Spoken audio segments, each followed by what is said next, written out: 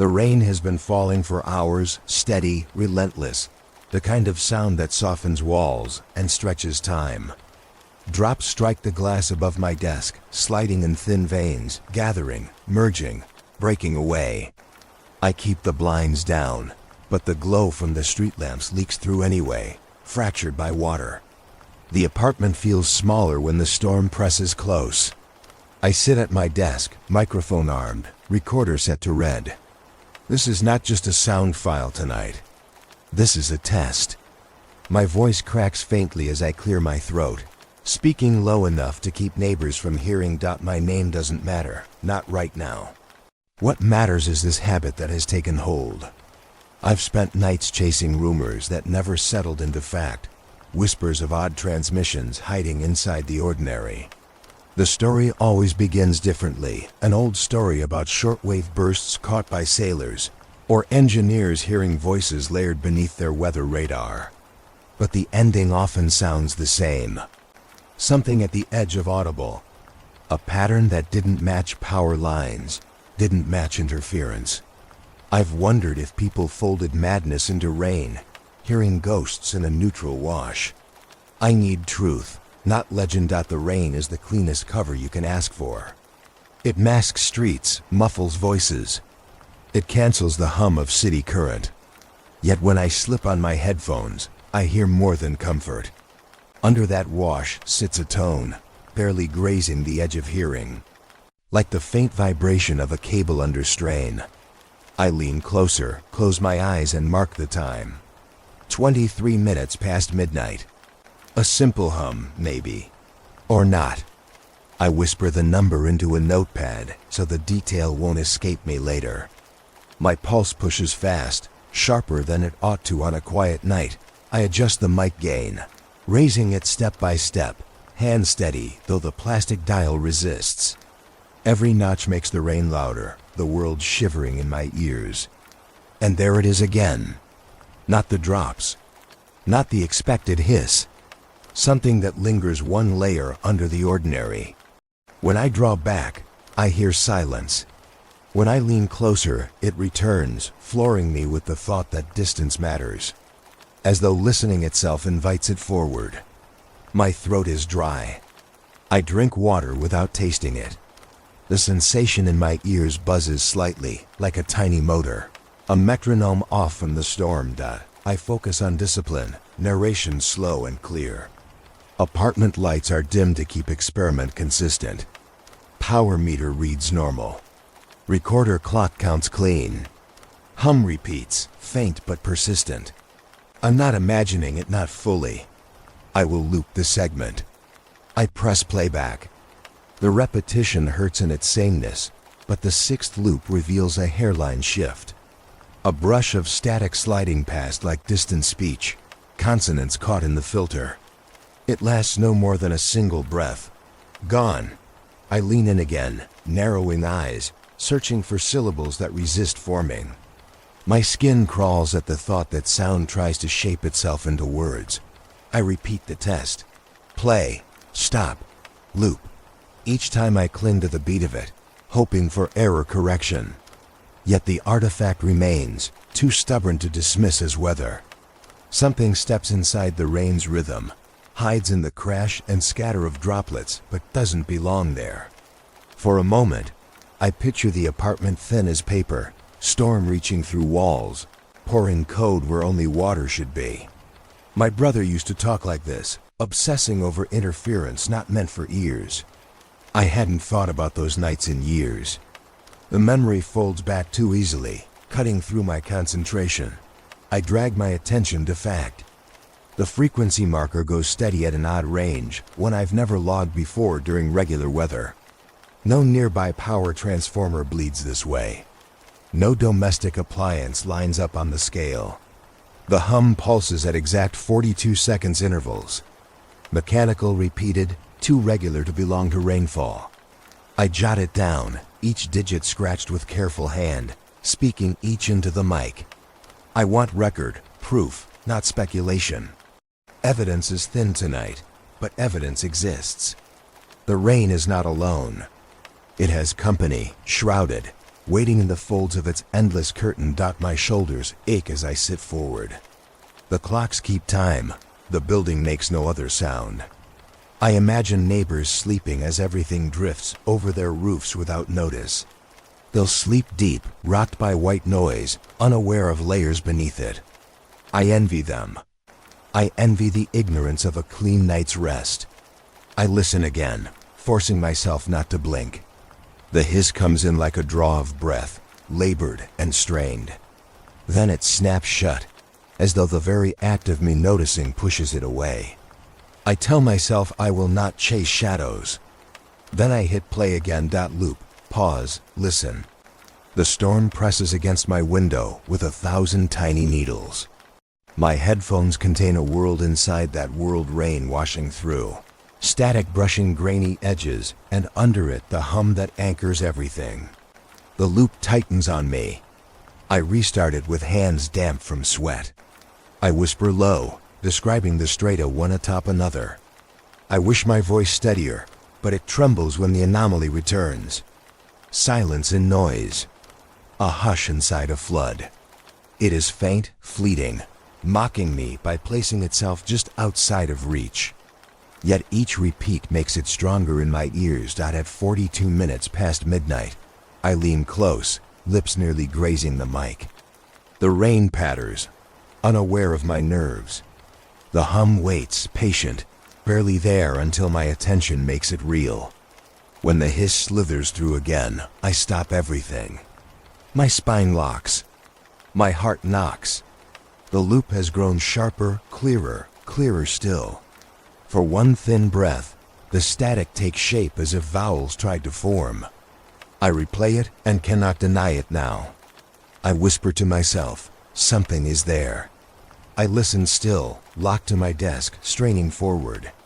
The rain comforts, but the signal waits.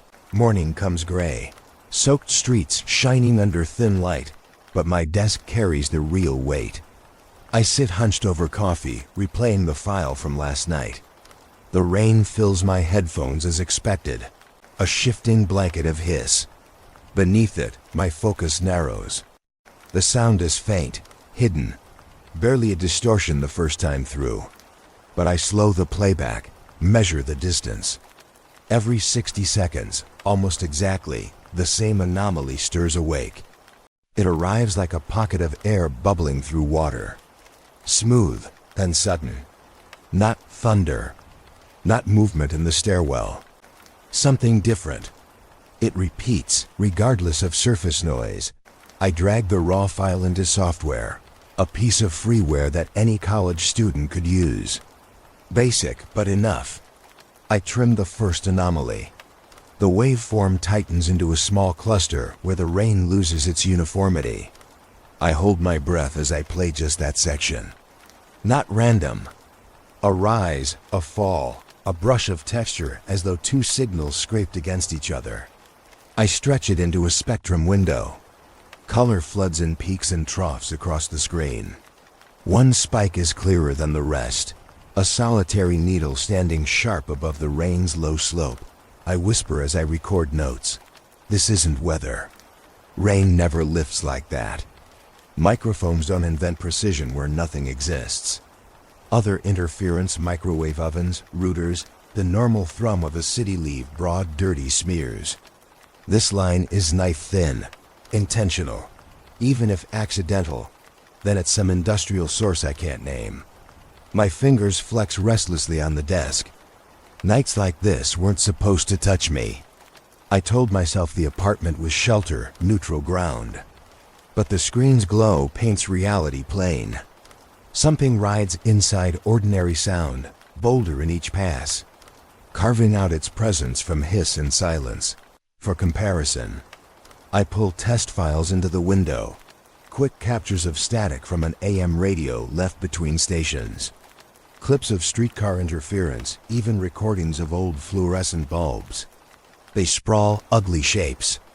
They wobble.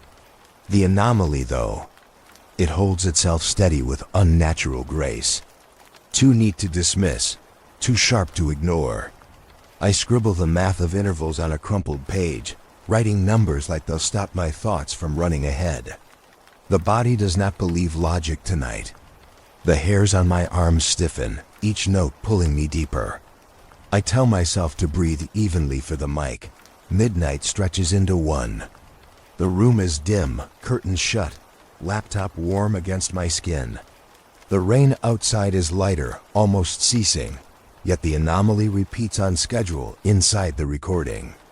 It doesn't require new weather. That fact disturbs me. I isolate 6 consecutive spikes. When I overlay them, they align like pins placed into the same slot. Precise. I try not to suggest message too early. A scientist would scold that thought. But discipline falters when pattern repeats in defiance of chance. My throat hurts from not speaking. I mutter to the file, calling it stubborn, calling it alive. 2 in the morning marks the hour. My headphones press hard as I loop the spike again. Louder this time, raised beyond comfort. The shift is immediate. What had been mechanical begins to resemble something softer, intimate. I recoil but lean forward again. The waveform that spiked sharp now curves faint on the edges, like the exhale of lungs across a microphone. My chest tightens in sympathy. I clutch the headphones but do not remove them. The sound could be breath. My eyes close, and I imagine someone leaning close, speaking nothing but letting their presence ride the band of rain. I push back against impulse, checking data columns buried in the file metadata. The recorder logs location and exact time, small conveniences that suddenly swell with consequence. Coordinates are displayed in pale text. I copy them into my notebook. They refer to nowhere remarkable, a grid intersection several miles east, by industrial yards near the river. I stare too long. Why mark itself there? Did I invite this by listening so hard? I speak my own fear softly, letting the tape itself carry the tremor as part of record. The simple act of logging turns like betrayal inside my chest. I test the anomaly against silence recorded in the same session. 20 minutes where rain thinned into drizzle. Where I placed the mic running but left the room. In those gaps, nothing shows. No spike, no structured line. The presence only bleeds into storm. It chooses water, masks itself there. Or maybe the drops create a current it can latch onto. Either way, it is no error. It knows where to hide best. I recall my brother's mutterings about water as conductor, about rainfall as veil. Foolish then. Less foolish now. I don't say his name. Not yet. Too early. Breath sits heavy. I feel as if someone else has joined this apartment uninvited, invisible except in sound. My fingers hover over stop. I never press it. Instead, I replay the loop, softer, then softer again. Shaping the anomaly into a presence I almost want, like companionship in the small hours. Dangerous comfort. I whisper a note to myself, must avoid personification. But when the hiss slides in with its faint sighing curve, I know already I've failed that rule. The rain outside assists by continuing steady, drumming against balcony metal, guising the intrusion as weather's still falling. I lean back finally, pressing pen to page. I lecture myself with quiet words so the listener tomorrow hears progression clean. Evidence point 1, repeating once per minute. Evidence 2, isolated spectrum spike inconsistent with equipment or weather. Evidence 3, structural shape leaning toward voice contours. I trail off. Number 4, metadata coordinates logged. Why coordinates? Why at all?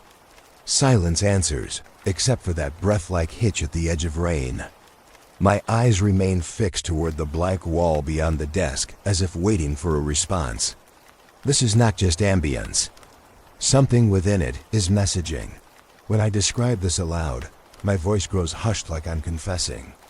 I know I should refrain from claiming it alive, but restraint cracks as 2 in the morning pushes on. The possibility demands its own space. Static does not breathe. Circuits do not sigh. Yet what I hear is not mere distortion. It is response waiting to be recognized. A shape meant to be confirmed. My notebook trembles under my hand. I jot lines quickly as though the page itself may burn. I risk one question aloud, caught by the mic. What do you want? The speaker only answers with breath. Closer than before, the bridge at night feels like a threshold. Steel beams slick with rain, rivulets chasing each other downward into the dark river below. I set the tripod first, small legs planted just off the pedestrian path. The portable recorder sits snug under a rain sleeve, red light blinking as water hisses on the cover. Next, I balance the cheap wideband scanner on the railing, antenna raised, tilt adjusted. It looks ridiculous in the storm, more toy than tool, but the dial responds to everything around it. The storm itself hums across the band, but I am waiting for something else. The river whispers a heavy flow. Rain calendar marks the night in unbroken lines. My headphones crackle as the first sweep rolls. I breathe into the mic, voice already unsteady. Hiss, hiss, then at 31 kilohertz the anomaly leans in, woven tightly into the sound of droplets striking hard plastic. I mark it, unmissable now. A new shape every 58 seconds, nearly on the minute, too strict for chance. I whisper numbers with care, my pen soaking the page when the ink floods under damp fingertips. My words slip softer, unwilling to compete with what has chosen this bridge as conduit. Across the dial, spikes leap at regular intervals. I narrate each appearance, knuckles cold from rain. The scanner bursts with sharp tones that jump high, hold still, then vanish. Not lightning, not power faults. They occur even when the city's transformers lie quiet. I say aloud, this pattern resembles relay, someone opening a channel. My voice trembles more with every confirmation. I wish it sounded certain, authoritative, but the shiver threads through everything I say, everything I feel. When I pull the headphones deeper onto my ears, the world subtracts itself, leaving only rain and the heavy breaths of the signal. Cars rush distant on the expressway, but they vanish under layers of storm noise. My notebook grows nearly illegible, water soaking each letter. Still I force the log, each tick another acknowledgement. A repeat spike arches like static steel on the spectrograph. Shorter, then longer, then short again. I annotate blindly, possible code, possible progression. The idea freezes me when I hear my own note stated aloud. Why call it code? Because the mind leans toward pattern even when none exists. But tonight, patterns stake ground. This is mechanical design etched into natural sound, a parasite threading itself into rainfall. The storm grows heavier. Droplets slam against the recorder at frantic pace. My voice calms only by necessity when I describe the scanner slip. The dial picks up bleed from aircraft bands, then from FM chatter, then returns again to that intrusive spike like a thorn lodged in metal. It refuses to vanish, integrated with every flick of the antenna. The signal persists no matter where I turn. I edge the receiver toward empty sky. Result the same. The bedrock truth is simple. Intent hides here. My fear does not stop the recording, though my body longs to fling the gear into the river. I duck under the steel frame of the bridge, dense water running down the coat collar, and check my phone. One unread message. I'd sent a fragment earlier to a contact who understands frequencies better than me. An engineer who once worked calibration for civil transmitters. The reply is curt, almost irritated. Not power lines. Not storm scatter. 4 words, no more. No comfort. No explanation. Not a joke. I whisper them aloud into the recorder because brevity records louder than any warning. Denial would soothe me. Certainty would anchor me. But dismissal without replacement only chills harder than ice. I keep listening. The rain by now has soaked through knees and cuffs. I grip cold metal, shivering as the clock hits 2:02 exactly. On cue, the scanner needle flicks upward, lurching to the same band. I watch it freeze, then fade, not wild, not accidental. Intent asserts itself, a program looping out of sight. I breathe ragged, narrating each second as though saying it aloud restrains the dread. But the dread surges anyway, alive, caught in rhythm. The sound hurts and soothes. It trips both instincts, flight, and lull as if I could not decide between collapsing into it or fleeing forever. The longer I stand, the more the boundaries distort. Rain covers me, my recorder, the span of empty walkway. Yet under its cover I feel suspicion, as though the bridge amplifies more than acoustics. I pace back to the scanner, flicking through bands rapid, desperate for something normal. Weather channels, aircraft chatter, police bursts thin, clipped voices that at least belong to the world. Then the spike returns, curling inside the sound like it always belongs. I whisper the time code, 2:06 exact. Flesh prickles. Again, not random. The band is not supposed to carry regularity under this storm. Yet it persists. Whatever this is, it follows me in method, not geography. At home, it lived under rainfall against glass. Here, it dwells in metallic bridge supports, sheltered by storm echo. Portability is its strength. That realization cuts deep. Rain is infinite, shifting everywhere. If it needs rain, then there is no end, only wider maps. I close my notebook, the pages soggy heavy, and press fingers to exhausted eyes. I cannot retreat. The sound won't let itself stay curiosity. Tonight it declares itself part of every cycle.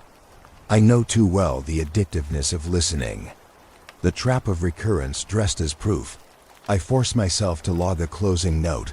Subject remains unexplained. Pattern intervals exact, signal woven into water scatter. Engineer contact confirms elimination of typical sources. No benign label possible tonight. I tremble as I admit, both in voice and ink, what frightens me the most. The signal does not feel external anymore. It folds into me as I stand beneath steel beams and rain's endless veil. I cannot not hear it now. And worse, I find myself craving it.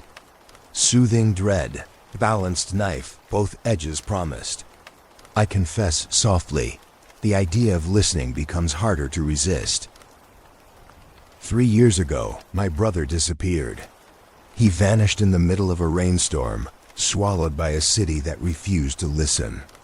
I tell this now because it's the real reason I keep chasing these signals, circling through recorded rain and static hums. It's not just curiosity or some technical puzzle. It's grief, raw and relentless, a wire pulled taut beneath the storm's endless rhythm.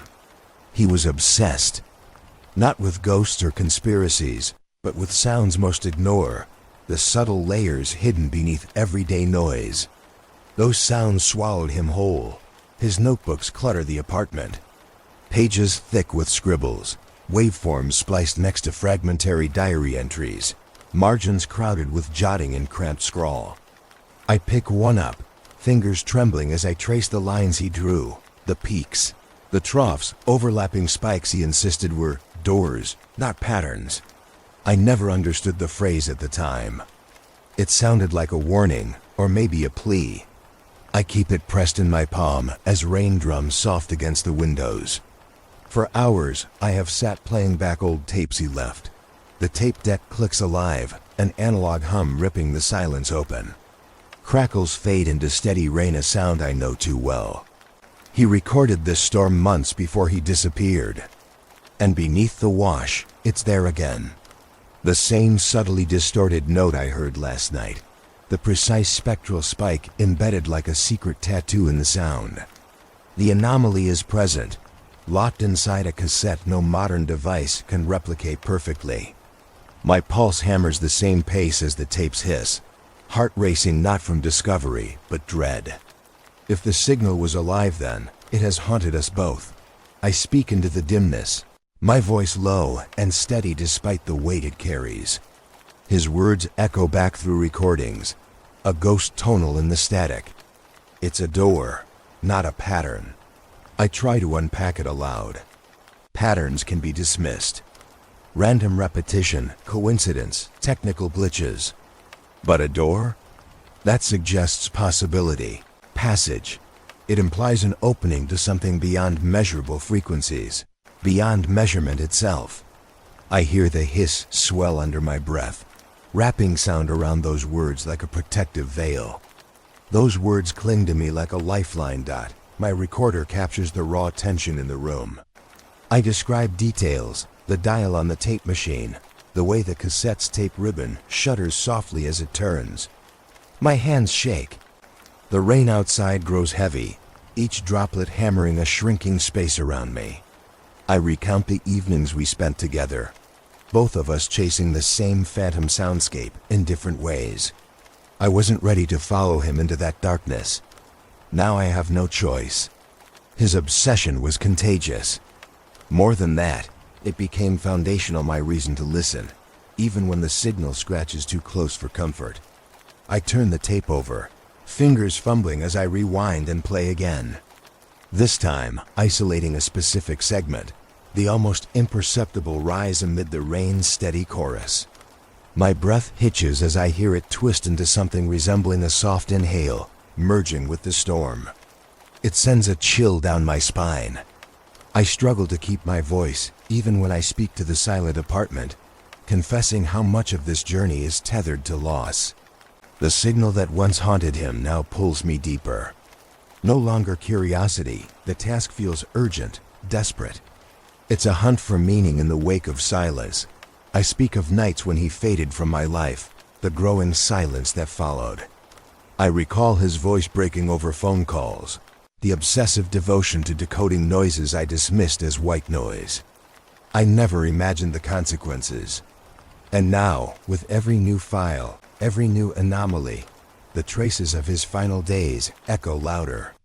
The recordings are a map, the rain a constant soundtrack to that unraveling. I whisper that this is as much about finding answers as it is about keeping memory alive. The storm doesn't erase him. Instead, it marks the boundaries of what remains. The dim light barely touches the edges of the room as I recount the first night I found the tape.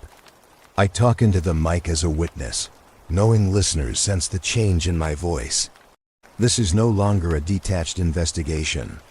The map I follow is etched in grief-stricken pages and frayed cassette tapes. The catalog of strange sounds has turned personal, intimate. I admit the truth plainly, slow and deliberate. This is no longer research. It is not a quest for facts or proof alone. It is a search for my brother. His name rises on my tongue, becoming a vow. The signal inside the rain, these hidden transmissions, are no longer abstract curiosities. They are pieces of a puzzle he left behind, a message waiting for me to open the door he warned about. My pulse pounds harder as the tape continues spinning, the storm inside the recording rolling endlessly against silence, racing me onward. Tonight I move beyond the edges of the known. Listening is no longer safe. It is necessary. I close the session with a whisper, voice thick but resolute. Tonight I set up a controlled test. I needed to prove beyond doubt that the interference wasn't a fluke, a glitch, or an error brought on by faulty gear.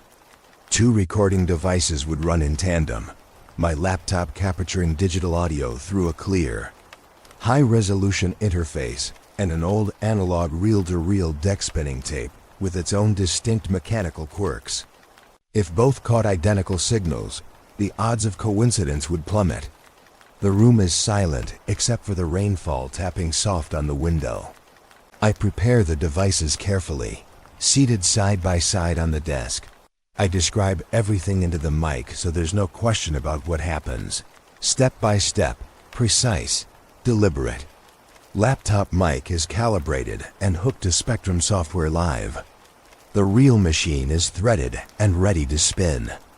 I split the input so both record exactly the same feed from a specialized, Condenser microphone resting quietly on the windowsill.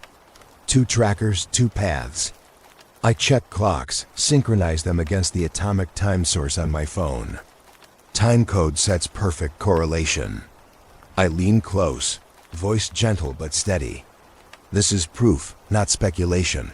The rain rhythm spins steady outside as the reel hums to life. I watch the laptop screen, eyes narrow on spectral display. At first, the rain's hissing washes pure white noise, as usual, until a sudden peak shudders up the scale. The reel deck clack echoes in the calm room as tape spools forward. At once, both devices catch the same odd discord, the singular spike I've hunted for nights before. The sound is ghostly sharp and brief. 2 forms, 2 recordings, aligned perfectly. I exhale and don't hide the tremor. I carefully repeat the process, running a second sampling. Again, identical disturbance on both channels, matching pulse and duration. The reel's analog warmth carries slight hiss and mechanical flutter, but the core spike sits definite, unchanged. The laptop spectrum blossoms, and I narrate live. A crude shape emerges amid white noise, a set of bars arranging themselves almost like coordinates, a primitive map coded in sound. I describe the pattern unfolding as if I'm reading a secret language revealed in data. It feels too deliberate to be random. The thought crashes hard. Noise turning into information. The signal is no longer chaotic. It holds structure overarching the rain's hum, a hidden layer laid with care beneath the storm's surface. I pause, rubbing a cold spot on my skin, voice low as I acknowledge the implications into the mic. This is a message. Something waiting patiently to be deciphered. The room feels heavier.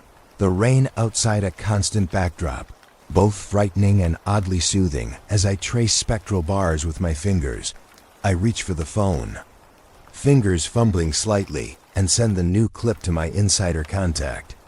The identity of this source remains a guardrail, someone technical, detached, critical. The reply comes fast but clipped. Silence. Do not share. It's bigger than you think. The message ends mid-word, like a line cut as if the sender was interrupted or stopped. The abruptness sends a shiver worse than fear, the feeling that I've crossed a boundary meant to stay closed. The phone buzzes no more. My contact's refusal hangs between us, forcing me to reconsider what I now possess, but I refuse to retreat. Refusal echoing in the microphone as I speak again. Calm and clear, a soft defiance beneath the rain's pulse. This is not mere noise or random interference. It is something approaching coherent. Proof beyond error or fabrication sits in these dual recordings. I tell the listener there is proof now, despite warnings and silent threats tucked away in cut-off messages. I promise to document each step, each spectral anomaly, so the record stands firm beyond doubt. The tape reels forward, the laptop clock ticks in perfect sync. The rain outside pounds steady as a heartbeat. The signal pulses not just in one device but in 2, caught across analog warmth and digital sheen.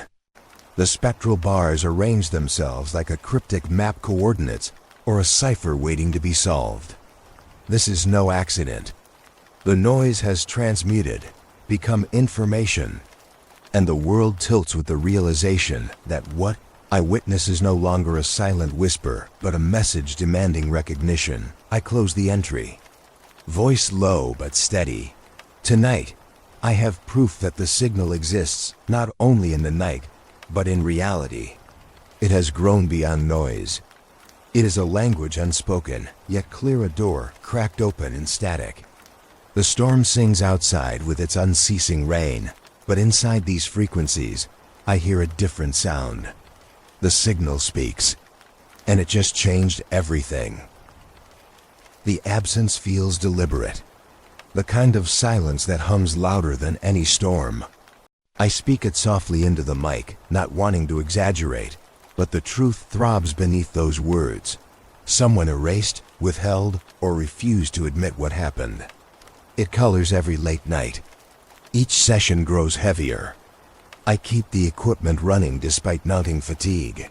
Night after night, capturing rainstorms that no longer shelter the anomaly, but broadcast it in ever clearer patterns. It's no longer background noise.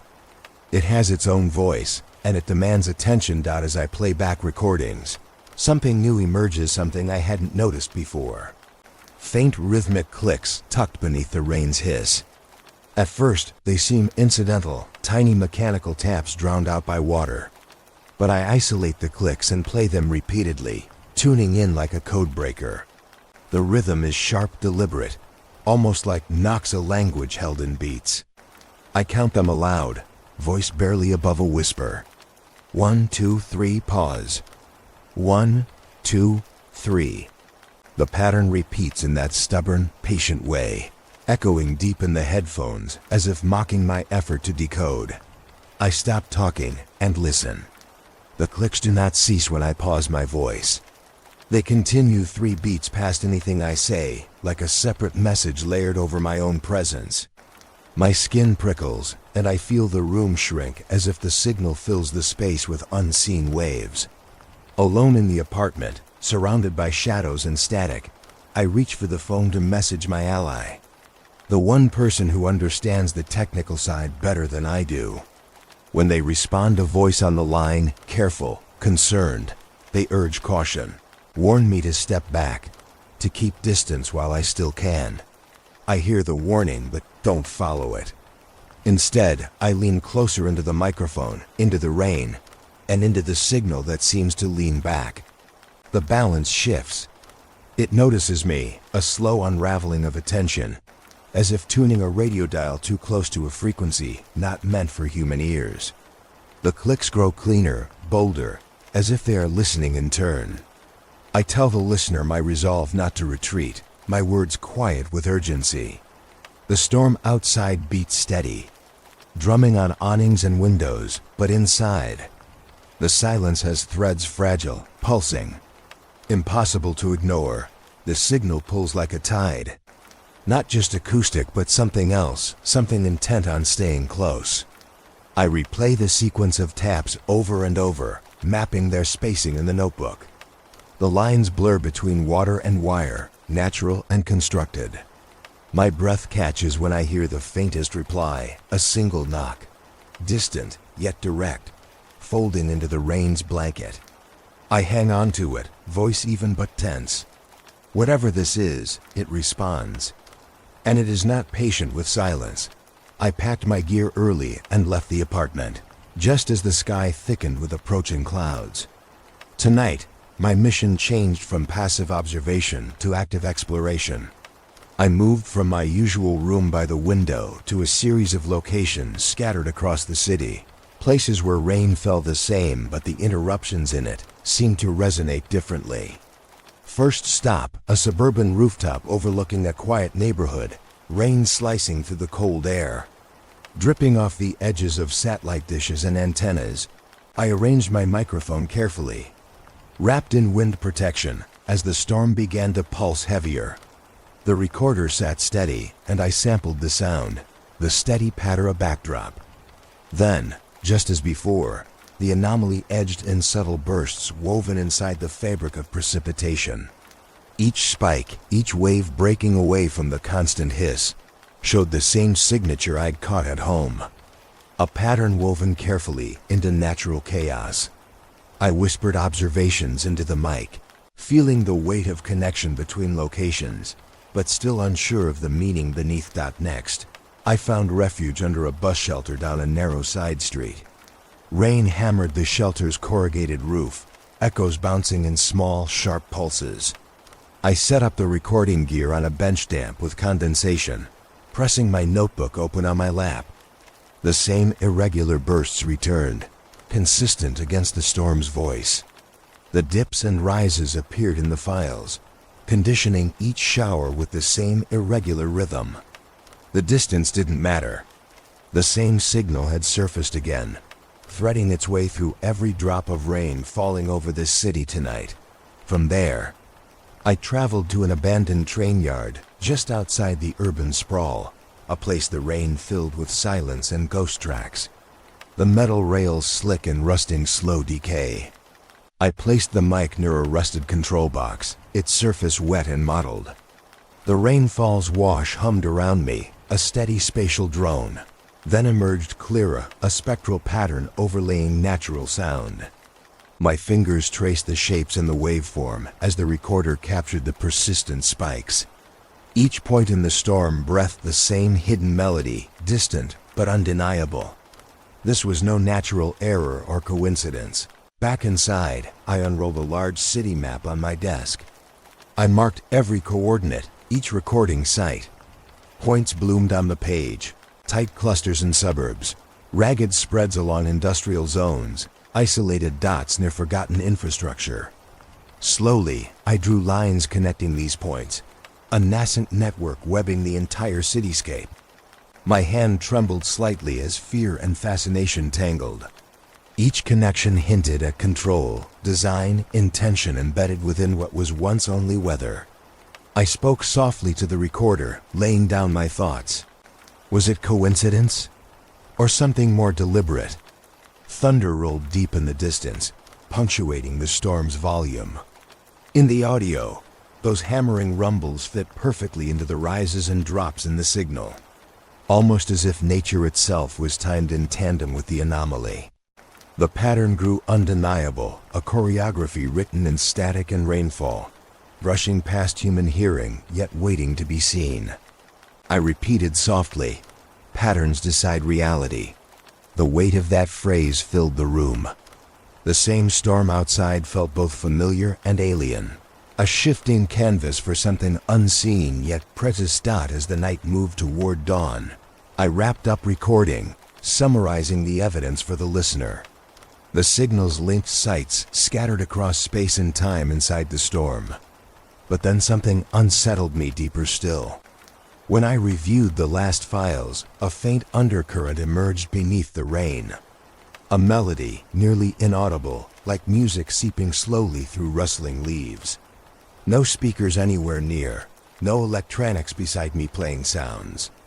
The tune ebbed and flowed as if whispering in the storm's wake, an eerie score beneath the chaos. I spoke into the dark room, voice cautious but calm. The rain continued its cadence outside, soft and relentless. But inside the recordings, a new darkness seeped, a tune too subtle to describe, yet haunting in its persistence. It was a message shaped not by words or clicks, but by music folded into static, drifting just beyond comprehension. The map on my desk glowed faintly under the lamp's yellow light, and I was left with the silence dripping from the storm, and the haunting sense that the night was far from finished. The knock comes late in the afternoon, just as the sky bruises with gathering rain.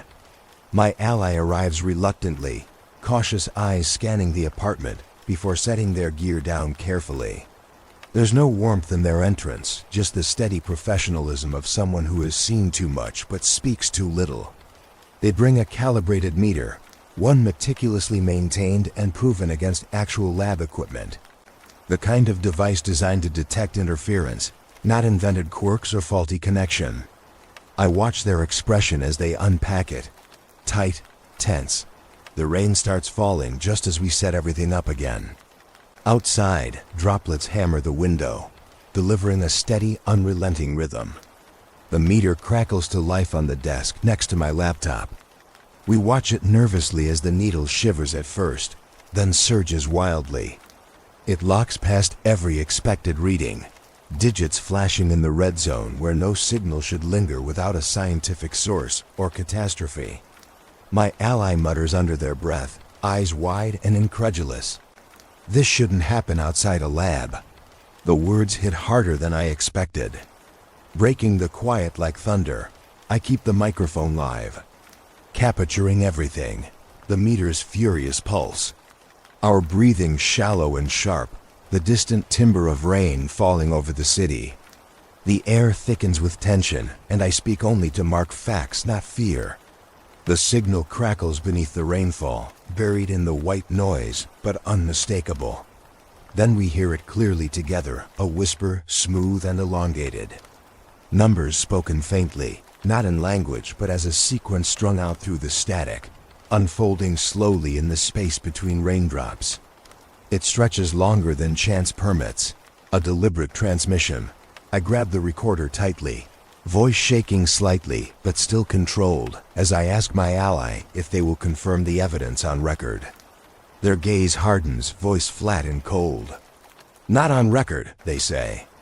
It isn't a refusal because of doubt, but because of fear preservation rather than disclosure. The stakes press inward. A heavy sense of surveillance tightens around the room like the storm outside. My comrade's warning is silent yet clear. Some knowledge is dangerous. I nod and ease back, resisting the urge to probe further despite the proof staring us down. The equipment hums, both a source of comfort and dread. The whispered numbers continue to snake through playback, urgent yet indecipherable. My breath catches every time the code loops, a rhythm coiled tighter than anything I encountered before. The signal is no longer gentle, no longer merely elusive. It is pressing, insistent, a voice pressing against fragile barriers between noise and meaning. My ally sits back, drop jaw catching the dull light from the windows. We have crossed into something uncharted. I watch them leave, the door clicking shut behind their cautious steps. Alone, I sit in the silence, heartbeat thudding loud. Later, driving home through rain-slick streets, I catch movement in my rearview mirror, a car riding the distance with quiet precision. It holds pace, never overtaking, always close. Skin prickling with unease, I tap the accelerator lightly, but the car stays with me. The intrusion does not stop at sound. It tracks, observes. The city itself seems wrapped in layers of threat hard to name. Back at my apartment, I replay the night's recordings. With each listen, the signal grows clearer, more defined within the rain's wash. The whispered numbers unfold with sharper cadence. Yet, as clarity advances, so does the risk, the sense that each exposure, each recording, drags me further into an unseen web of observation and control. I speak softly, admitting that the data no longer feels just like information. It has become a presence, watching from just beyond the edge of audible range. The risks rise as fears deepen. *** word count, 999, within plus or minus 1% of 1,000. ***, the knock comes late in the afternoon, just as the sky bruises with gathering rain. My ally arrives reluctantly, cautious eyes scanning the apartment before setting their gear down carefully. There's no warmth in their entrance, just the steady professionalism of someone who has seen too much but speaks too little. They bring a calibrated meter, one meticulously maintained and proven against actual lab equipment. The kind of device designed to detect interference, not invented quirks or faulty connection. I watch their expression as they unpack it, tight, tense. The rain starts falling just as we set everything up again. Outside, droplets hammer the window, delivering a steady, unrelenting rhythm. The meter crackles to life on the desk next to my laptop. We watch it nervously as the needle shivers at first, then surges wildly. It locks past every expected reading, digits flashing in the red zone where no signal should linger without a scientific source or catastrophe. My ally mutters under their breath, eyes wide and incredulous. This shouldn't happen outside a lab. The words hit harder than I expected. Breaking the quiet like thunder, I keep the microphone live, capturing everything, the meter's furious pulse, our breathing shallow and sharp, the distant timbre of rain falling over the city. The air thickens with tension, and I speak only to mark facts, not fear. The signal crackles beneath the rainfall, buried in the white noise but unmistakable. Then we hear it clearly together, a whisper, smooth and elongated. Numbers spoken faintly, not in language but as a sequence strung out through the static, unfolding slowly in the space between raindrops. It stretches longer than chance permits, a deliberate transmission. I grab the recorder tightly, voice shaking slightly but still controlled as I ask my ally if they will confirm the evidence on record. Their gaze hardens, voice flat and cold. Not on record, they say. It isn't a refusal because of doubt, but because of fear preservation rather than disclosure. The stakes press inward. A heavy sense of surveillance tightens around the room like the storm outside. My comrade's warning is silent yet clear. Some knowledge is dangerous. I nod and ease back, resisting the urge to probe further despite the proof staring us down. The equipment hums, both a source of comfort and dread. The whispered numbers continue to snake through playback, urgent yet indecipherable. My breath catches every time the code loops, a rhythm coiled tighter than anything I encountered before. The signal is no longer gentle, no longer merely elusive. It is pressing, insistent, a voice pressing against fragile barriers between noise and meaning. My ally sits back, dropped jaw catching the dull light from the windows. We have crossed into something uncharted. I watch them leave, the door clicking shut behind their cautious steps. Alone, I sit in the silence, heartbeat thudding loud. Later, driving home through rain-slick streets, I catch movement in my rearview mirror, a car riding the distance with quiet precision. It holds pace, never overtaking, always close. Skin prickling with unease, I tap the accelerator lightly, but the car stays with me. The intrusion does not stop at sound. It tracks, observes. The city itself seems wrapped in layers of threat hard to name. Back at my apartment, I replay the night's recordings. With each listen, the signal grows clearer, more defined within the rain's wash. The whispered numbers unfold with sharper cadence.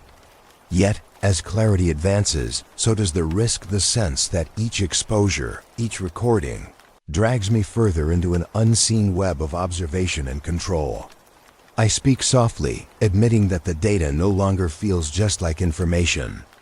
It has become a presence, watching from just beyond the edge of audible range. The risks rise as fears deepen. A plain envelope slipped under my door just after midnight rattles quietly on the floor. No return address, no note, just a CD inside a weathered sleeve with a single handwritten date, 1996. I sit on the floor, a mix of dread and curiosity tightening my chest as I hold it up to the dim lamp. The year feels heavy, decades before my brother started obsessing, before I began this search. I slide the disc into the player. The mechanism whirs with an old mechanical breath. Dust motes float in the narrowing light, suspended like ghosts as the tape clicks into play. Static hums lightly before rainfall fills the ears, a wash of liquid sound that fills my small room. At first, the rain sounds no different than my recent recordings. But then a familiar undercurrent emerges, a faint, shifting pulse hidden beneath the downpour's blanket. There it is again, the anomaly nestled deep inside the storm, precise and persistent. My voice falters as I speak softly into the microphone, describing the similarity. The spike appears at the same intervals, the same spectral fingerprint. The realization crashes in. Someone was recording this long before my brother, or I rewind and play again, isolating the moments around minute 43. A sudden surge distorts the quiet rainfall, pushing harsh tones into the audio track. The sound clips violently, a jagged attack my modern recorder never captured. It's raw and unsettling, as if something tried to break through the tape's limitations. Goosebumps rise across my skin as the waves crash in my headphones. Listening closely, I feel as if the decades melt away and someone, somewhere recorded this signal long before my time. For reasons I can't yet grasp, my fingers tremble. Knuckles white as I pause and rewind, playing the surge repeatedly. The harsh tones ripple louder each time, a relic buried in analog grain that suddenly feels too purposeful to be coincidence. I speak into the mic, voice barely a whisper, recounting every detail. Whether it's a warning or a message, it spans years. layered across time as if waiting for the right moment or person to hear. The rain outside continues to fall heavy and steady, but inside the room, the weight presses tighter. The past is not silent, and this recording is proof of a deep, unfolding resonance. I recount the shock of finding evidence predating everything I knew, the way it rewrites the narrative. This anomaly belongs to more than just my brother's obsession or my own quest.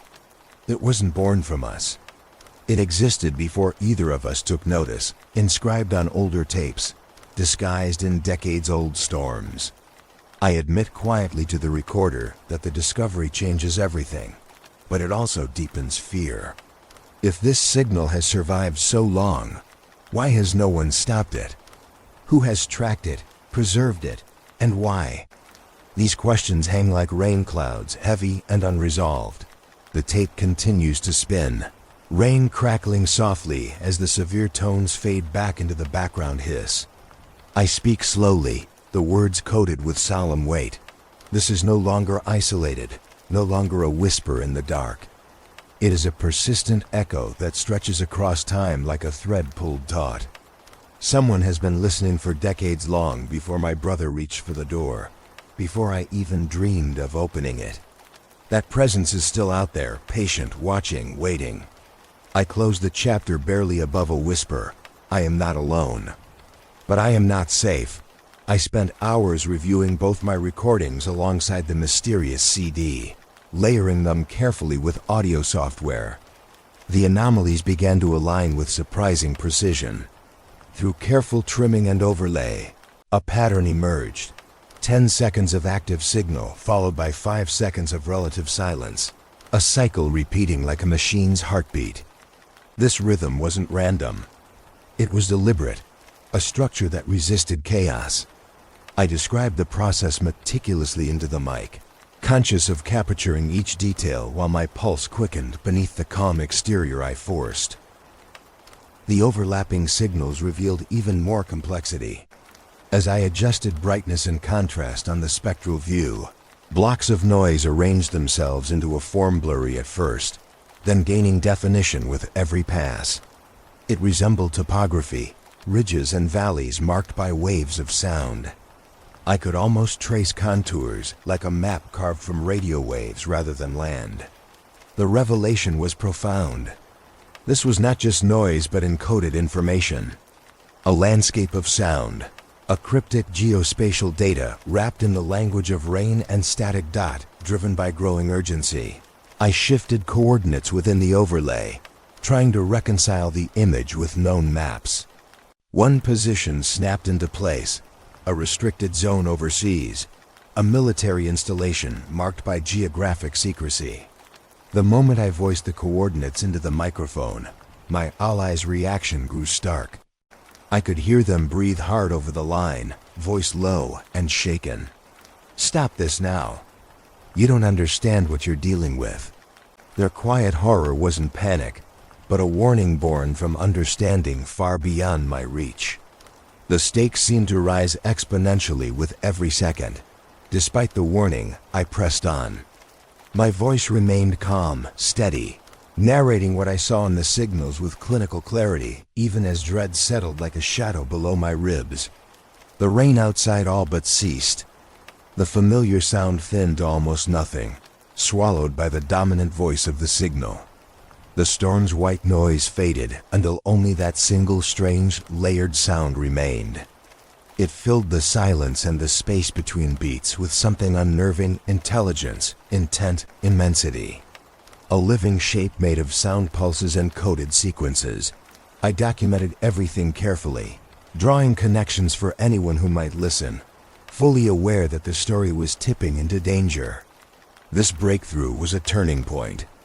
The noise, once random and cool, had crystallized into a form, a message, a map. It held meaning, one that extended beyond me, beyond rain, beyond the thin confines of my small apartment. The signal was no longer just abstract interference.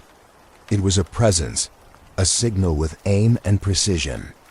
The breakthrough carried with it not relief, but a warning in disguise. The weight of this revelation filled the room and spilled into my voice recorder. I spoke without dramatics, because this was no longer a thriller I could control, but a reality to endure. The midpoint of this journey was not resolution, it was the darkest threshold. When pattern becomes message, when noise becomes shape, the path becomes perilous. I closed the entry with hard breaths, the hush of rain replaced by signal dominance. The breakthrough meant the story was no longer about discovery, it was about survival. The danger ahead was unmistakable and inescapable. The storm outside had finally slowed, leaving only a thin drizzle pressing against my window. I settled back in front of my laptop. Files spread across the desktop, including the anonymous CD that had appended everything. I began the painstaking task of overlaying the anomalies from all recordings. Digital traces stacked atop one another, their subtle rhythms threading together. Almost immediately, a pattern emerged. 10 seconds of active signal, followed by a 5-second fade, repeating like a mechanical pulse. The regularity was undeniable, a structured rhythm that cut through months of noise into clear temporal divisions.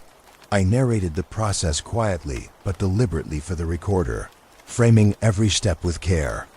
Spectral displays blossomed on screen, blocks of signal shaping themselves into something oddly tactile like an image carved from sound. The shapes resolved slowly, lines and ridges forming a topology I could almost trace by finger.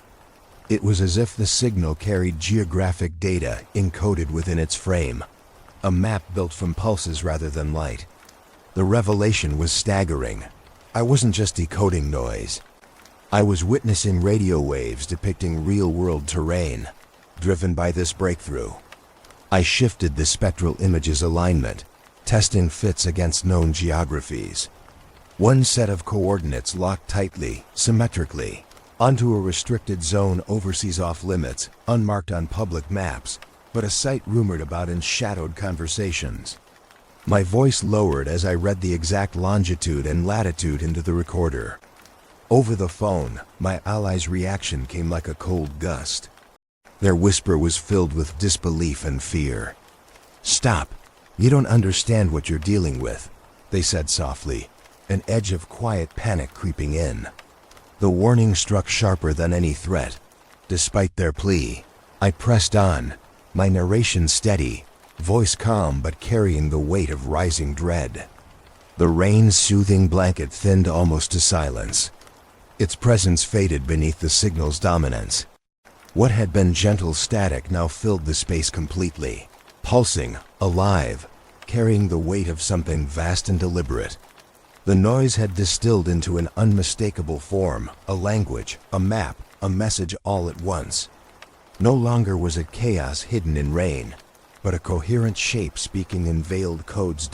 As I described this to the recorder, I felt the room grow colder, the air thick with the unsaid. This moment was no victory. It was a pivot to a point where the signal stopped being just a sound and became something else entirely. Its form was no longer amorphous noise, but the architecture of intent. The breakthrough was terrifying in its clarity.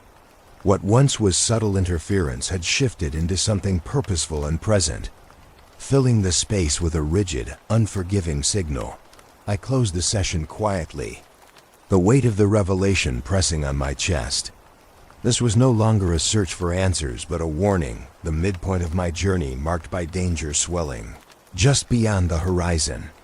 The rain no longer covered secrets but revealed them, stripping away the veil to lay bare the truth. The noise had made coherent shape. And with that, everything changed. Despite every caution I've told myself, I logged onto the old message board my brother once frequented. It felt like stepping into a dusty attic, filled with whispers caught between cracked plaster walls and fading memories. The screen glowed dimly as I scrolled through threads on topics I knew too well now. Unseen signals within rain, strange noises masked by storms, voices nobody else could hear. The posts were fragmented, filled with usernames that vanished quickly but left traces behind, like shadows etched into stone.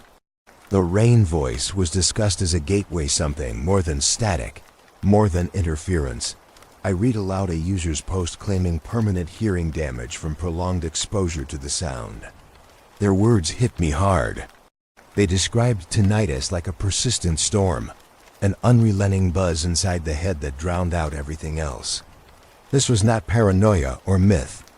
People paid in silence and pain just for listening. Another post hinted at surveillance, a paranoia laced with truth. The author claimed to be watched, tracked, targeted after sharing their findings. Their account ended suddenly, like the thread was cut mid-conversation. My voice faltered as I recorded myself reading, feeling a strange folding of time warnings once ignored now collapsing into urgent current threats. The more I read, the more the community unfolded, a network once vibrant, now erased or hidden. I realized these were not just stories, but signposts from people who came before me, caught in the same inexplicable noise. The patterns of their fear mirrored mine. How to track what can't be touched, how to stay quiet in the face of unknown watchers, how to live beneath a silence that screams in static. I muttered passages into the mic, voice low and careful, praying the words would reach those who understood the weight attached to them. Suddenly, a private message arrived. I stared for a long moment before opening it. The text was terse, chilling in its brevity. Stop napping. You can't close a door once it's open. The words echoed with a finality that chilled me more than any direct threat could. I whispered them slowly into the recorder, eyes flicking to the window where rain still fell faintly, steady and unyielding. The silence between raindrops felt thicker somehow, as if the storm itself held breaths waiting. I felt the echo of something in the room. I picked up a phantom signal again, a flicker beneath the normal noise.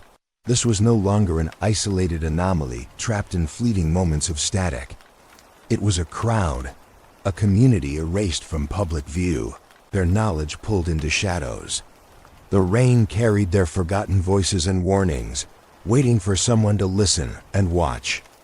I held the mic steady, voice shaking just enough to betray the rising fear. The message board was not just a relic. It was a map not just of signals, but of people lost to the same storm. Fading behind layers of silence and unseen watchers, the storm was fierce when I arrived near the transmission tower, a skeletal structure looming against the gray sky. Rain slashed through the air, driven by biting wind that bent tree branches and whipped my coat tight around me. Wires around the tower sang with electricity, and water hissing and crackling noises merged into an eerie chorus. I set up my gear under a battered canopy, boots sinking into mud. The recorder and scanner powered on flawlessly, equipment humming along with the storm's pulse. I told myself tonight would be different, a chance to intercept the signal where it might be strongest, closest to its source. For the first hour, everything worked. The rain echoed like a steady drumbeat against the microphone windscreen. The devices captured subtle spikes weaving beneath the storm's wash, the same unfamiliar pulses threading through the noise.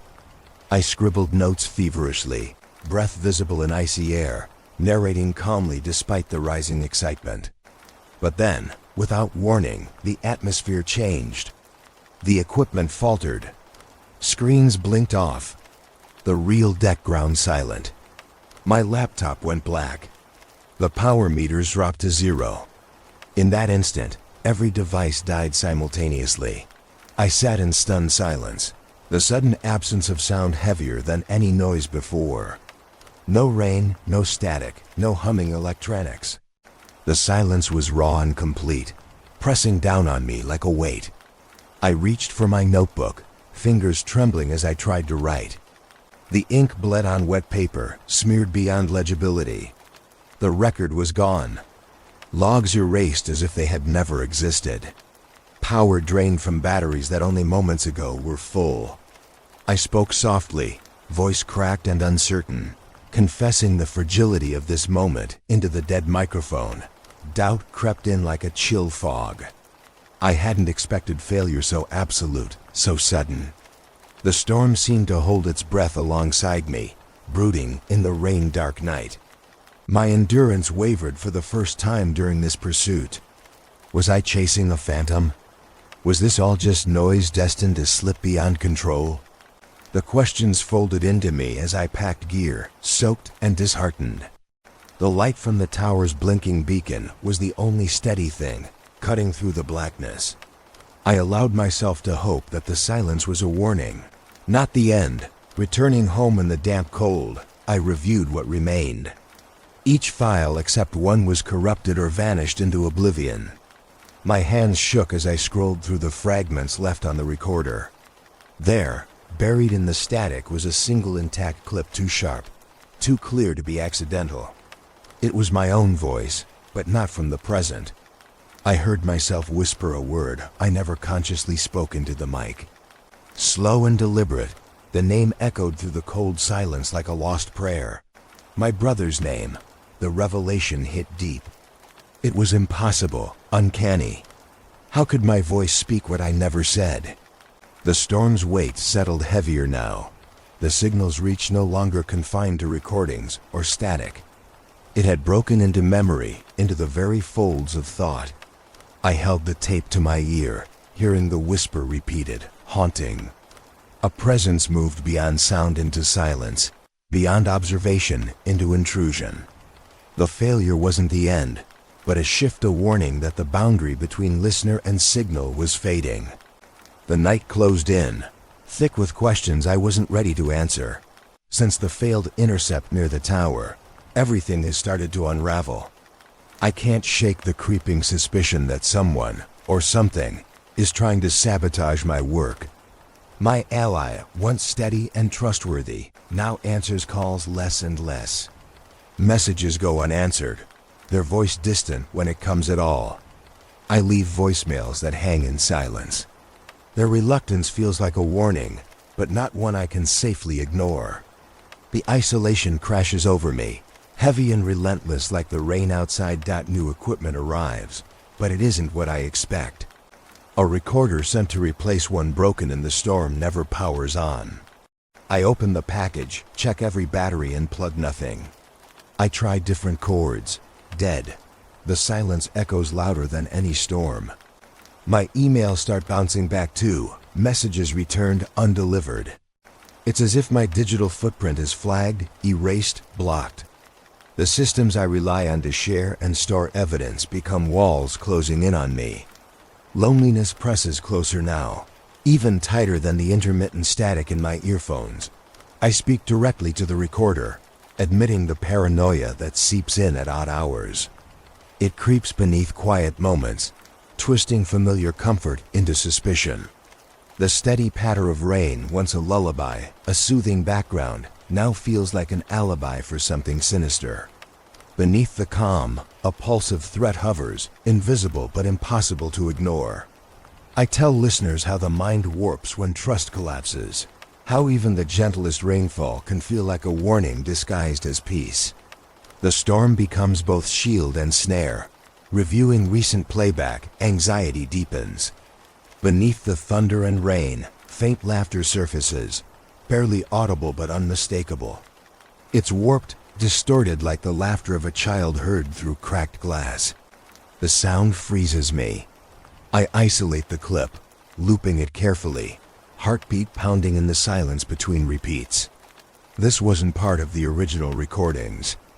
It wasn't something I expected. Something else has taken root in my files, a voice playing beneath the storm's facade. Twisted and alien, the realization chills me completely. My recordings are no longer mine alone. They've been invaded, infected, overwritten in ways I can't fully grasp. The thought pulls at the edges of sanity, that the signal I thought I controlled has begun to control me. Trust, once solid, collapses entirely. With faith eroded, I am left with only the sound of breathing trapped inside layers of statica, presence that haunts the empty spaces between raindrops. Colder and closer than any storm, newspaper clippings began arriving in my inbox. Articles from various cities across the globe, reports of mass insomnia linked to storms. People described hearing voices in the rain, whispers indistinct but persistent. haunting their nights for weeks on end. These weren't isolated anecdotes, but a growing phenomenon, scattered like splinters piercing an already fragile world. Each story deepened my sense of dread. It was as though the anomaly I'd been chasing was no longer confined to my apartment or my recordings. It was spreading. I listened through the night to radio call-ins from listeners, reporting strange sounds layered beneath storms. Their descriptions puzzled and unsettled me, voices emerging from raindrops, faint messages caught between static and thunder. With my equipment, I recorded low-band interference cropping up unexpectedly, interference that matched exactly the patterns and spectrum spikes I'd identified in my own files. The realization settled like a cold fog. This presence was everywhere, weaving its way through the fabric of storms worldwide. One evening, I received a crackling recording from London. The file was riddled with static and interference, but unmistakable among the noise were spectral spikes identical to those I'd spent months documenting. I played it back, voice gentle, barely raising my voice over the rain still simmering outside my window. The tones matched precisely, reinforcing a truth I had tried to deny. This was no small anomaly confined to one place or time. It was a network, a phenomenon spreading across continents, growing stronger with every passing storm. I pulled a chair close to the microphone, careful to keep my tone measured but serious. The evidence demanded a change in approach, a shift from solo watcher to reluctant custodian of knowledge too vast to ignore. Governments, I realized, must be aware. The lack of official acknowledgement, the silence around the rising reports, spoke volumes. Silence appeared to be the policy, an unspoken agreement to contain discussion and keep eyes blind to what seeped through the rain. But I could no longer stay silent or blind. The storm thundered low in the distance, a somber soundtrack to my recording session. My documents expanded beyond personal obsession, transforming into a shared record of something ominous scaling outward, its reach growing with every flood and downpour. The rain, once a simple comfort, had become a carrier, a messenger bleeding more than just water. It carried something ancient, persistent, something climbing through every wet window pane, every street lamp shadow.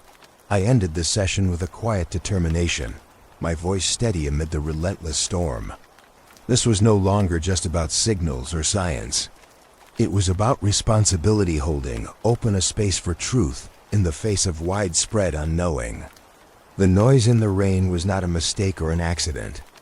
It was an expansion, sprawling outward quietly but unrelentingly, etching itself into the nights of millions. Every storm brought it closer, every drop carried its message. And now, there was no turning back.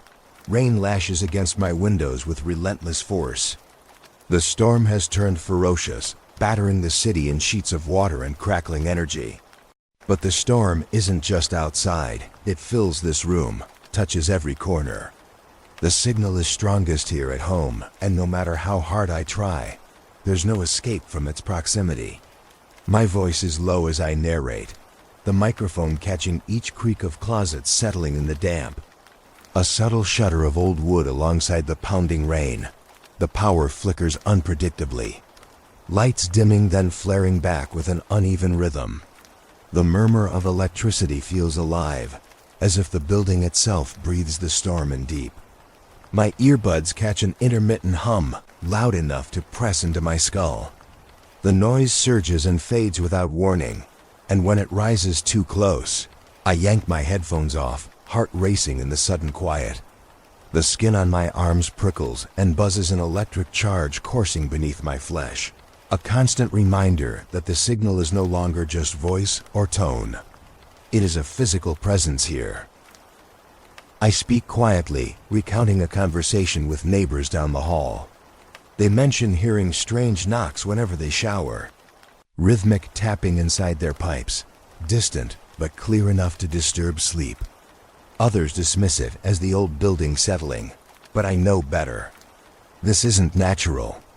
The rain itself feels orchestrated, transformed from random weather into something cyclical, repeating in patterns too rigid to be coincidence. The drops seem measured, timed. A signal written in moisture and rhythm, invading familiar spaces as if it owns them. Fear rises without restraint as I admit the full truth. This is no distant phenomenon layered deep beneath ambient noise.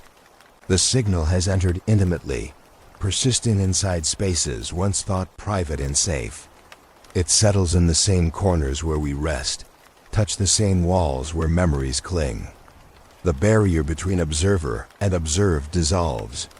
I feel the cold weight of proximity pressing in, seeping into my daily life with a patience that terrifies and exhausts. This is no longer an experiment. It is a siege. My voice steadies despite the growing panic. The recordings reveal an unholy intimacy. The pattern pulses just beneath the audible rain, a weave of static and presence felt too clearly to ignore. Every night the signal grows bolder, more insistent, no longer layered beneath natural sound, but molding itself into the fabric of personal space. I confess into the mic, uncloaking my dread. Where rain falls next, sleep could become impossible. The weight of that thought presses down like the storm itself, heavy and unrelenting. The night is thick with rain, each drop striking the world like a drumbeat, marking something urgent. I've armed myself with borrowed shielding gear layers of metal mesh, grounding wires wrapped tight around the microphone and recorder. The equipment looks bulky and out of place in my cramped apartment, but I'm determined. Tonight will be a live session, a confrontation with whatever has been whispering beneath the storms. The downpour pounds steady and fierce, beating against windows like a warning or a challenge. My voice is steady, but strained as I begin, speaking clearly for the recorder. The microphones catch the layers of distortion folding into the rain's natural wash. I describe the setup, the shielding, the spikes in the spectrum as they pulse beneath my words. The hum that usually rides under the rainfall roars louder, cutting deeper into the fabric of silence. For the first time, distinct voices slice through the static, not clear language, but fragments, syllables stretched thin and distant, scattered across frequencies. They aren't speaking. They're pulling, tugging at something unseen. My heart pounds in my chest. Every sense sharp, every breath measured, I push forward, narrating carefully through the mic. The words I hear are elusive, like a hand brushing past in a crowded room, felt, but not held. The phrases curl and twist across wavelengths, slinking between notes and hums. The signal doesn't try to talk or explain. It pulls, a gravitational tug toward something I cannot see or name. What is it pulling toward? I don't know. The question hangs, unanswered and heavy. The shielding around the gear hums with energy, a thin vibration growing louder as the storm outside intensifies. The metal mesh catches static sparks, and the grounding wires buzz like a live wire in my hands. The hum shifts suddenly, falters under pressure, falters like a breath held too long. The barrier between noise and silence bends, threatening to fail. My hands twitch, and I close my eyes, focusing on calm. The voice in my head repeats a reminder I whisper aloud. I must not cross the door, but I've already stepped too close. The boundary is no longer distant or theoretical. It breathes right beside me, exhalations caught between raindrops and static. The signal's pull wraps around my nerves, a tension that I can't let go. I feel trapped between wanting to listen and the need to retreat. My voice falters just once, a break in an otherwise steady flow as I confess the truth behind my determination. I want answers, yes, but more than that. I want to understand what waits beyond the signal's edge, and whether stepping through is a choice or a sentence. I wake disoriented, the edges of the night bleeding away like washed ink on paper. Hours worth of audio have vanished despite my careful backups. Files that once held relentless rain, spectral spikes, whispered patterns are gone, as if swallowed by an invisible void. Panic claws at me, but I force calm, recounting the loss aloud so the microphone catches my words, re-anchoring me to this fractured reality. I reach for the phone. My ally calls once, voice frantic and breathless, then disappears as suddenly as they appeared, leaving me alone to face unraveling silence. Walking through soaked streets. Rain dampens the city's neon glow, puddles reflecting shards of fractured light. The world seems both familiar and distant, wet surfaces gleaming beneath street lamps that flicker erratically. Screens on billboards and store windows blink in and out as rain streaks down glass. I catch glimpses patterns emerging in the flicker formations identical to the spectral spikes I chased in recordings. They pulse beneath pixels, alive and static, broadcasting a presence that watches not through eyes, but through wavelengths. I narrate carefully, voice rough with exhaustion and rising dread, describing the sensation of being observed, of being seen through noise rather than flesh or camera. Memory twists and folds as sleepless nights stretch longer. I recount moments, twice conversations, footsteps, the subtle pressure in the apartment wall. And then, the shuddering truth. One version never happened. Events slip away, replaced by something else, like a corrupted file leaving ghost data where reality once stood firm. The line between what I lived and what I remember blurs dangerously. Sleep deprivation claws through my thoughts, shredding clarity into fog. My body craves rest that refuses to come, while mind races through endless loops of signal and silence. The air inside feels thick, charged with the echo of warnings whispered across decades. I admit into the recording that the door my brother warned about has finally cracked. It's no longer sealed by ignorance or disbelief. The fracture is wide now, and listening harder may tear reality apart, unspooling fragile threads that bind sense to sensation. I confess a grave uncertainty. This pursuit might have no return. That the boundaries between signal and self, observer and observed, are eroding. The rain still falls relentless outside, a curtain of water masking the fractures in the world beneath. I close the night's recording with breath caught tight and steady. The door once locked has shifted, and walking through it may unravel everything I thought was true, including who I am. The risk is real. The signal's pull grows stronger, and I am closer than ever to losing hold. I decided to test one last barrier, a desperate attempt to push beyond hands and eyes, into a space where the anomaly might reveal what it truly was. I loaded the signal into specialized software designed for audio reversal and manipulation, curious if flipping the waveforms would expose hidden meaning or message. The process was slow, deliberate. When the playback began in reverse, what spilled out was worse than I expected. A sound unmistakable in its raw horror, crying. Not just any crying, but something fragile, aching. A human wail breaking through the twisted frequencies. The voice behind the cry struck an even deeper chord. As closely as I could tell, the lament matched my own voice, twisted and warped, but mine all the same. The sobbing through the static looped back on itself, rewriting not just what I heard, but what I remembered. Every breath recorded started to feel less like evidence and more like intrusion. My recordings, once passive captures of sound, became prison cells trapping memory rather than preserving it. The boundary between objective data and personal trespass vanished entirely. I looked up then, something catching my eye on the desk. The corner of a photograph of my brother, the same one I kept close during nights of research. But something was different.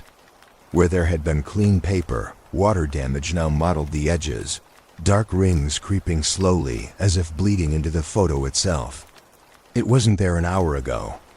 The air in the room felt saturated, thick with damp and the echo of tears not my own. I traced my fingers over the warped edges, uncertainty nesting heavy behind my ribs. This was no accident. The signal had reached beyond frequencies, beyond recording devices. I spoke calmly into the mic, voice steady, not because I wasn't frightened, but because acceptance had settled over me like fog. The line I chased between evidence and intrusion had vanished. Words I recorded didn't merely describe reality anymore. They altered it. Sound bent memory, reshaped past moments, folded itself back into my thoughts until nothing was certain. Listening wasn't a passive act. It was participation, alteration, a dangerous communion I couldn't walk away from.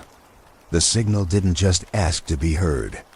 It demanded to be part of the listener's world.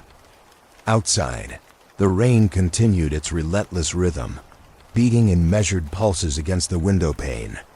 Each drop sounded like a key turning in a lock we did not understand, a lock sealing something immense and unfathomable. The storm had ceased being just weather, becoming an orchestra playing a hidden score for those who never asked to listen. My breath thickened, chest tight with the knowledge that I had crossed a boundary no return could fix. The vanishing line between sound and self, between intrusion and discovery, had finally unraveled, and nothing would ever be the same. I made the decision to release all my files online, scattered across anonymous drop zones to safeguard against erasure. The moment I uploaded, the backlash began immediately. Accounts I created to host the data were deleted without warning or explanation. Mirrors I built to protect backups vanished into digital shadows. The systems suppress as fast as I can share. It's a ruthless, invisible force, intent on wiping the truth back into silence. I speak into the mic with resignation, realizing how thin the line is between exposure and erasure. Lightning slashes the skies just as I try to finish a sentence. The apartment plunges into darkness.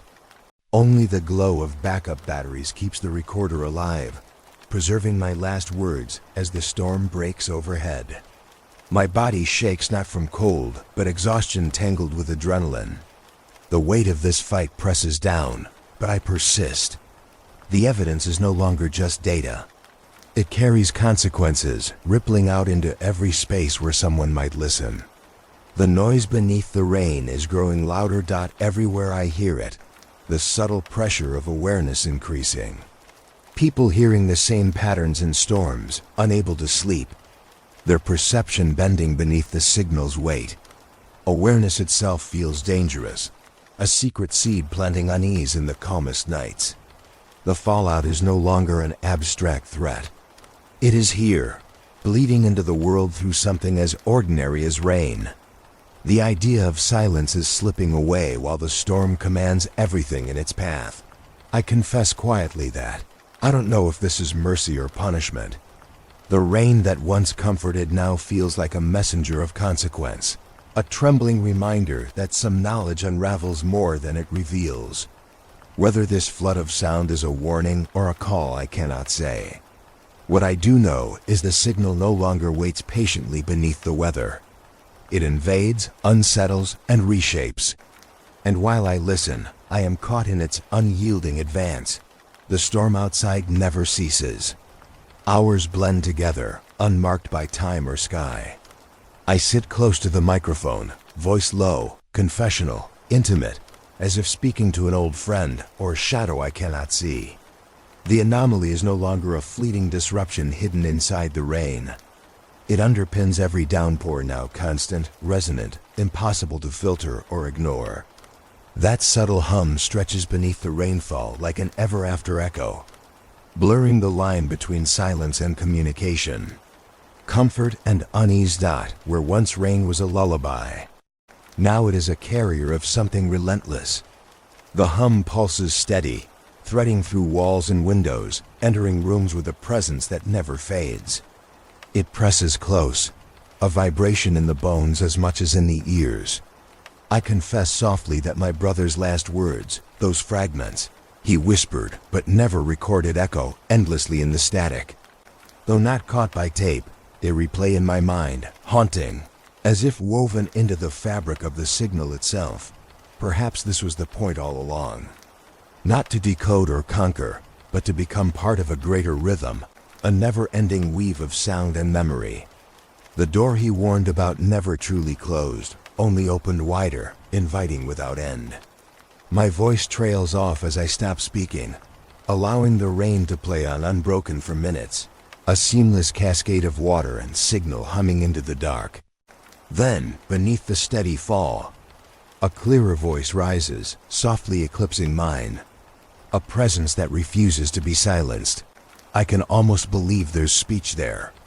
A cadence shaped by consciousness rather than randomness. The hiss rises softly and falls back as if trying to say something, but never quite forming. I describe the sensations aloud, admitting the tightening knot in my chest, the mix of wonder and unease that these sounds inspire. The rain comforts like a lullaby, filling the room's edges with softness.